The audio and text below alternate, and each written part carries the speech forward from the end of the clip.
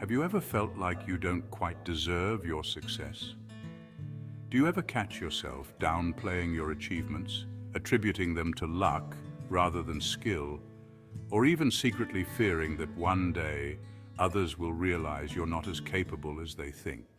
If so, you might be dealing with something called imposter syndrome, a deeply ingrained feeling of self-doubt that persists even in the face of accomplishments. This internal conflict can convince you that your success is undeserved and that you're not as competent as others perceive you to be. Imposter syndrome is surprisingly common. It affects a wide range of individuals, from high achievers in the workplace to artists, scholars, and leaders. It can be exhausting, leading to stress, anxiety, and even burnout.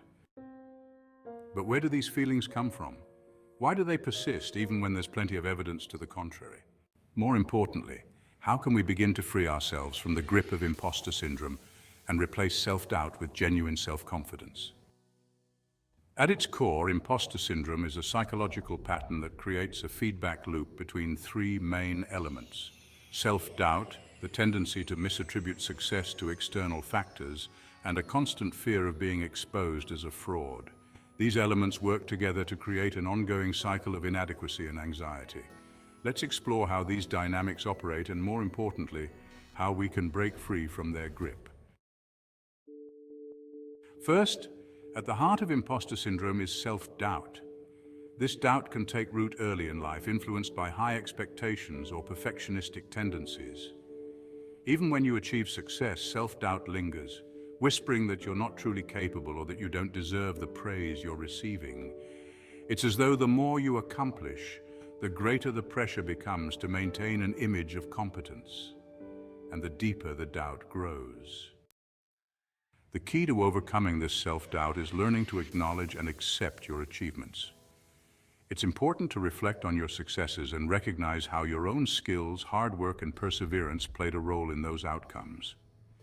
For many of us, this doesn't come naturally. We tend to focus on what we didn't do perfectly, or we might be quick to attribute success to factors beyond our control.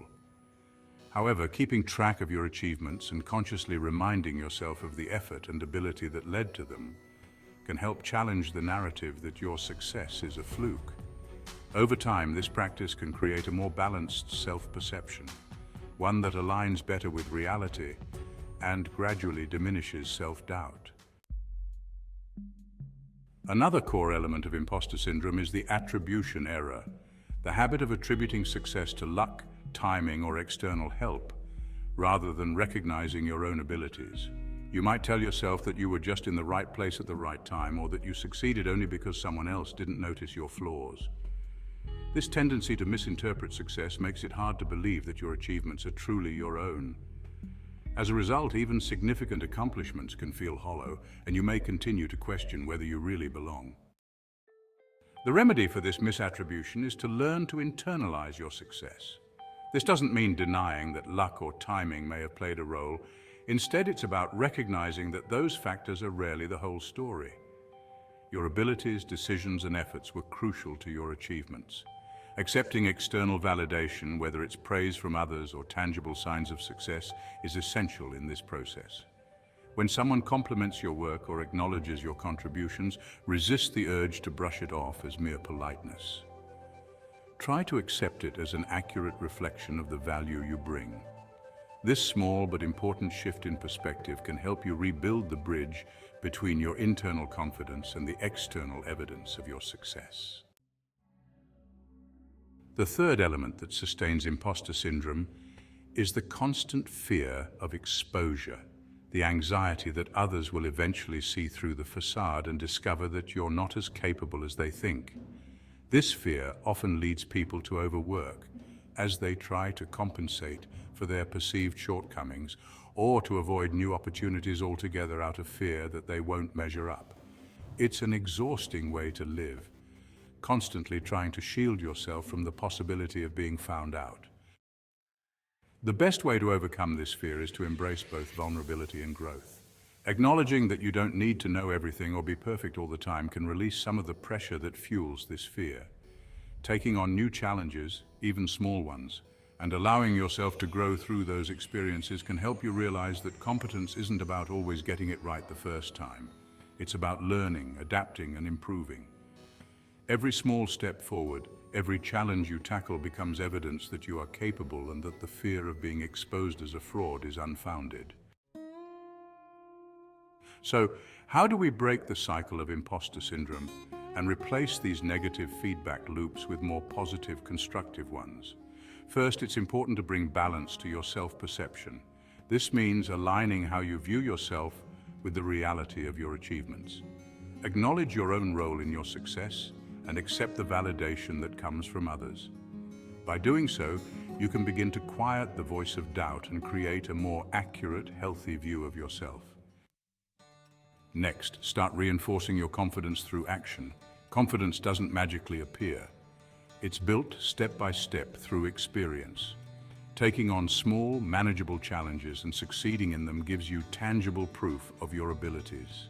As you collect these experiences, you build a reservoir of confidence that can help carry you through larger, more complex tasks.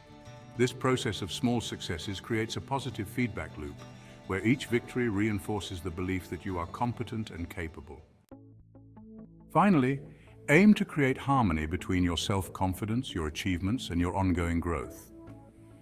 This balance is key to overcoming imposter syndrome in the long run.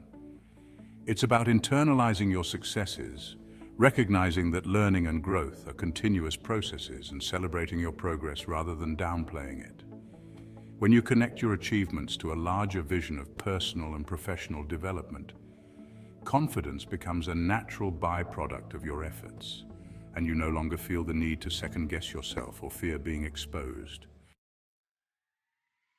In conclusion, overcoming imposter syndrome is not a quick fix, but it is entirely possible with time and effort. By addressing the root causes, self-doubt, attribution errors, and fear of exposure, you can begin to change the internal dialogue that keeps you trapped in feelings of inadequacy. Through self-reflection, accepting validation, and embracing vulnerability, you can transform these negative patterns into ones that foster self-confidence and personal growth. The journey may take time, but each step you take towards self-recognition and acceptance will help free you from the burden of imposter syndrome, allowing you to unlock your true potential.